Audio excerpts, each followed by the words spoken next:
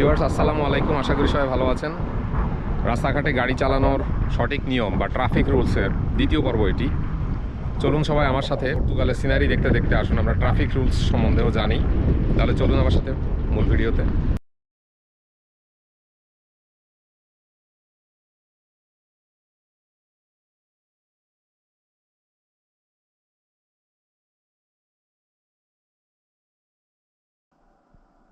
এই যে এখানে আপনারা দেখতে পাচ্ছেন রাস্তা দুটো লেনে ডিভাইড করা এবং একটি সাইন, একটিতে দেওয়া হচ্ছে লেফট টার্ন আর একটিতে হচ্ছে স্ট্রেইট। অর্থাৎ আপনি যদি লেফটে যারা যেতে চায় তারা লেফট লাইনে থাকতে হবে, আর স্ট্রেট হচ্ছে যে আমি স্ট্রেট লাইন ইউজ করে সোজা চলে আসলাম। আরেকটা জিনিস লক্ষণীয় হচ্ছে এখানে আপনারা দেখতে পাচ্ছেন যে রেড কালার করা, তার মানে হচ্ছে এই রেড কালার অংশটাতে আপনাকে ব্রেকের উপরে পা রেখে তারপর পার হতে হবে, অর্থাৎ কেয়ারফুলি রাস্তাটা পার হতে হবে। এরপরে আপনারা দেখুন এই যেখানে আরেকটা অ্যারো চিহ্ন, যেটা লেফট অ্যান্ড রাইট দুটেই দেওয়া, অর্থাৎ এই যে বাম দিকের লেনটা হচ্ছে যারা লেফটে যাবে তাদের জন্য, আর যারা ডান দিকে যেতে আছে তারা ডান পাশে থাকবে। আমি যেহেতু ডান পাশে যাব তাই আমি ডান পাশের লেনটা ইউজ করেছি। আর এই যে দেখুন এই গাড়িটি বাম পাশে যাচ্ছে তাই বাম দিকের লেন ইউজ করে চলে যাচ্ছে। আর একটা জিনিস লক্ষণীয় হচ্ছে এখানে একটা সিগন্যাল ছিল যে পথচারী পারাপারের, এই যে দুজন মানুষ পার হয়ে গেল, অর্থাৎ এটা কেয়ারফুলি আপনাকে চেক করে তারপরে পার হতে হবে। এরপরে সামনের দিকে আসলে এখানে একটা জিনিস দেখতে পাচ্ছেন একই, অর্থাৎ দুটো অ্যারো চিহ্ন দেওয়া, একটা স্ট্রেট আর একটা হচ্ছে স্ট্রেট অথবা রাইট। অর্থাৎ আপনি যদি ডান দিকেও যেতে চান তাহলে কিন্তু এই ডান দিকের লাইনে থাকতে পারবেন অথবা স্ট্রেটেও যেতে পারবেন। আর বাম দিকে যদি থাকেন সেই স্ট্রেট লাইনটা কিন্তু অনলি ফর আপনি সোজাই আসতে হবে, আপনি ডান দিকে যেতে পারবেন না। তো আমি একটি গোল চক্কর পার হয়ে সামনের দিকে যাচ্ছি। এখানে রাস্তার ডিভাইডারে পিলার দেওয়া আছে যাতে কোনো সমস্যা না হয়। আর রাস্তাটি 2x2, অর্থাৎ 4 লেনের রাস্তা। খুবই সুন্দর একটি রাস্তা সাগর পাড় দিয়ে।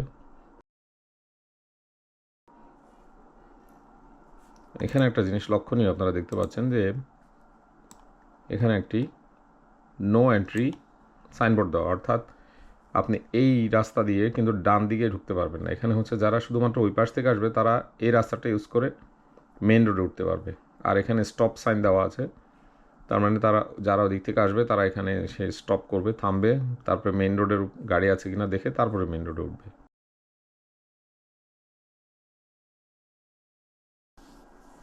এরপরে আমরা সামনের দিকে এগোতে এগোতে দেখতে পেলাম সামনে একটা সিগন্যাল লাইট ইয়েলো কালার শুধুমাত্র জ্বলছে ডানে বামে, অর্থাৎ তার মানে হচ্ছে আপনার কেয়ারফুলি এখানে যেতে হবে। রাস্তাটা দুদিকে চলে গেছে, এই যে এখানে আপনি রাইট সাইডে অর্থাৎ হোটেলের দিকে একটা রাস্তা ঢুকে গেছে, আর এই যে বাম দিকে যেটা এটা মেইন রোড। তবে আরেকটা জিনিস এখানে আপনাদের একটু দেখা বা বোঝার দরকার আছে, সেটা হচ্ছে এই ধরনের ইয়েলো কালার অ্যারো চিহ্ন দেওয়া, অর্থাৎ আপনি বাম অথবা ডান দুদিকে রাস্তাটাই আপনি যেতে পারবেন, এটার মিনিং হচ্ছে এটা। তো যেখানে এ ধরনের অ্যারো চিহ্ন দেখতে পারবেন ইয়েলো কালার দিয়ে লেফট অ্যান্ড রাইট, সেখানে বুঝতে পারবেন যে আপনি দুদিকেই আপনার যাওয়ার পারমিশন আছে।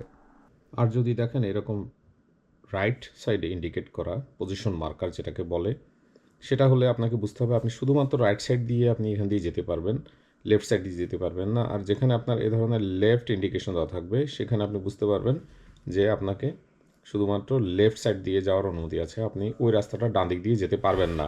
আর এখানে ভেলোসিটি অর্থাৎ স্পিড লিমিট 50 কিলোমিটার দেওয়া আছে, সুতরাং 50 কিলোমিটার মধ্যেই মেনটেন করে গাড়ি চালাতে হবে।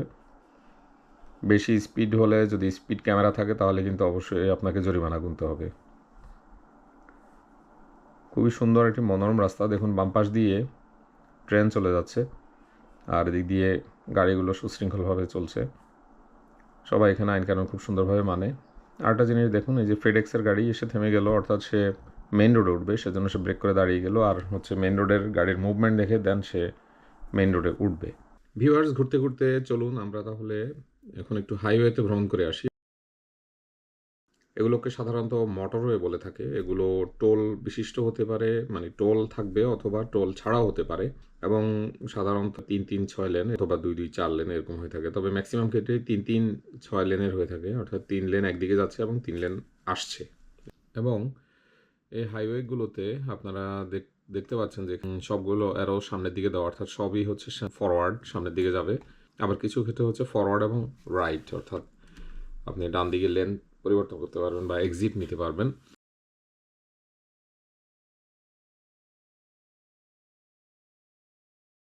সাধারণত যেগুলো একটু বেশি গতিতে থাকে তারা একদম লেফট সাইড, এখানে যেহেতু ইউরোপের দেশ, এরা রাইট সাইডে চলে।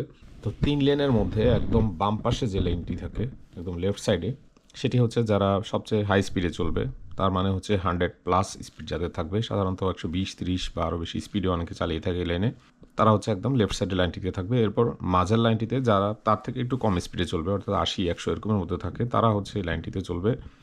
আর একদম রাইট সাইডে যেটা অবস্থিত যে লাইনটা, সেটা হচ্ছে সবচেয়ে স্লো লাইন, অর্থাৎ যারা 80 বা 80+ এরকম অথবা 60-70 এরকমে চালায়, তারা ওই লাইনটি ইউজ করে চালিয়ে থাকবে।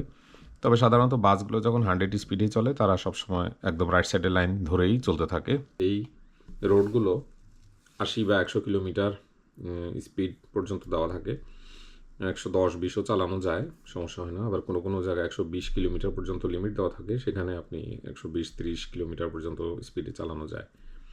আপনি যখন কোনো সাইডওয়ে থেকে মোটরওয়েতে উঠবেন, তখন আপনি দেখুন এই যেখানে একটি হ্যাজার্ড সাইন রয়েছে, এবং প্লাস হচ্ছে রাস্তার মধ্যেও একটু হ্যাজার্ড সাইন দেওয়া আছে। তার মানে হচ্ছে আপনাকে দেখে শুনে এখানে বাম দিকে ইন্ডিকেটর দিয়ে আপনাকে লেন চেঞ্জ করে বামে উঠতে হবে। আপনার লুকিং গ্লাসে দেখতে হবে পিছন থেকে কোনো গাড়ি আসছে কিনা, তার অবস্থা বুঝে আপনাকে লেনে উঠতে হবে। আর এই ধরনের 3 লেন বিশিষ্ট যেসব হাইওয়েগুলো রয়েছে অথবা 2 লেন বিশিষ্ট যেসব হাইওয়ে রয়েছে, সেগুলোতে আপনি অবশ্যই লেন মেনটেন করে চলতে হবে। আপনি হুট করে কিন্তু লেন পরিবর্তন করতে পারবেন না। আপনাকে লেন পরিবর্তন করার সময় অবশ্যই পেছনের গাড়ি দেখে তারপর আপনাকে লেন পরিবর্তন করতে হবে, এবং আপনি যখন লেফট থেকে রাইটে যাবেন তখন অবশ্যই আপনাকে রাইট সাইডের ইন্ডিকেটর দিতে হবে, অথবা আপনি রাইট থেকে যদি লেফটে যান তাহলে সেক্ষেত্রে অবশ্যই আপনাকে লেফট সাইডে ইন্ডিকেটর দিতে হবে।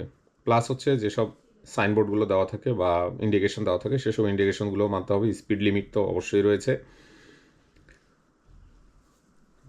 একটা জিনিস অবশ্যই লক্ষণীয়, যে আপনি যদি পিছনের গাড়ির দিকে খেয়াল না করে আপনি লেন হঠাৎ করে পরিবর্তন করেন, তাহলে কিন্তু অ্যাক্সিডেন্ট হওয়ার সম্ভাবনা অনেক বেশি থাকে। আপনাকে অবশ্যই লুকিং গ্লাসে আপনাকে দেখতে হবে আপনার পিছনের গাড়ির মুভমেন্ট কোন দিকে, তা বুঝে আপনাকে লেন পরিবর্তন করতে হবে।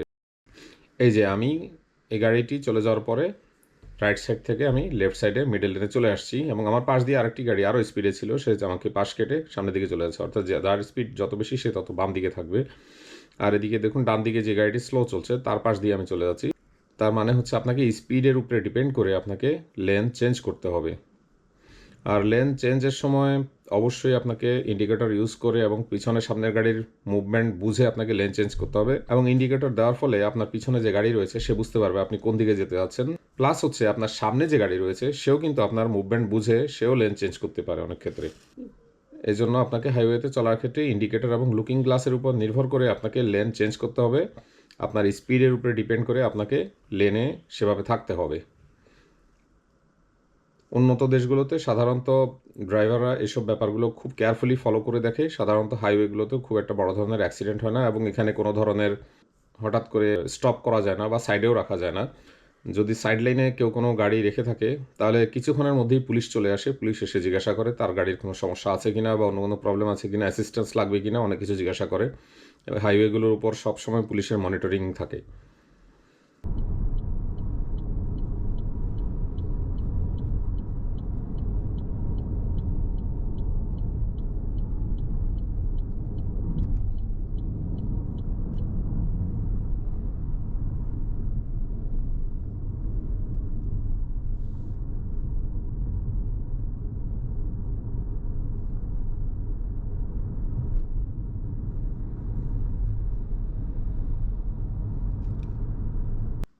ওভারটেকিংয়ের ক্ষেত্রে যেমন বাম পাশে যে বাসটি ওভারটেক করে চলে যাচ্ছে তার স্পিড বেশি, যদিও সবগুলো বাসই কিন্তু 100 কিলোমিটার স্পিডে তাদের স্পিড লক করা থাকে। দেখুন বাসটি ওভারটেক করেই আবার তার লেনে চলে আসছে এবং 2 লেন থেকে রাস্তাটা কিন্তু আবার 3 লেন হয়ে গেছে। সে একদম রাইট সাইডের লেনে চলে আসছে এবং যে বাসটিতে ভিডিও করা হচ্ছে সেটিও কিন্তু একদম ডান দিকের লেন দিয়ে চলছে এবং প্রত্যেকেরই স্পিড কিন্তু 100 কিলোমিটার। এই বাসটি হয়তো একটু কম ছিল, যার কারণে সামনের যে ফ্লিক্স বাস সেটি হচ্ছে তাকে ওভারটেক করে চলে গিয়েছে। কিন্তু ওভারটেকের বেলায় তারা খুবই সুশৃঙ্খলভাবে ওভারটেক করে থাকে এবং কোনো সমস্যা যাতে না হয় সেভাবে ওভারটেক করে। ভিউয়ার্স, আশা করি ইনফরমেশনগুলো আপনাদের কাজে লেগেছে বা কাজে লাগবে যদি ভবিষ্যতে আপনারা কেউ গাড়ি চালান রাস্তায়। তো ইনফরমেশনগুলো যদি আপনাদের কোনো কাজে লেগে থাকে তাহলে অবশ্যই সাবস্ক্রাইব করে আমার চ্যানেলের সাথে থাকুন আর লাইক দিয়ে আমাকে উৎসাহিত করুন যেন এই ধরনের আরও ভিডিও আমি মেক করে আপনাদের সাথে সবসময় থাকতে পারি। ধন্যবাদ সবাইকে। সে পর্যন্ত সবাই ভালো থাকুন। আল্লাহ হাফেজ।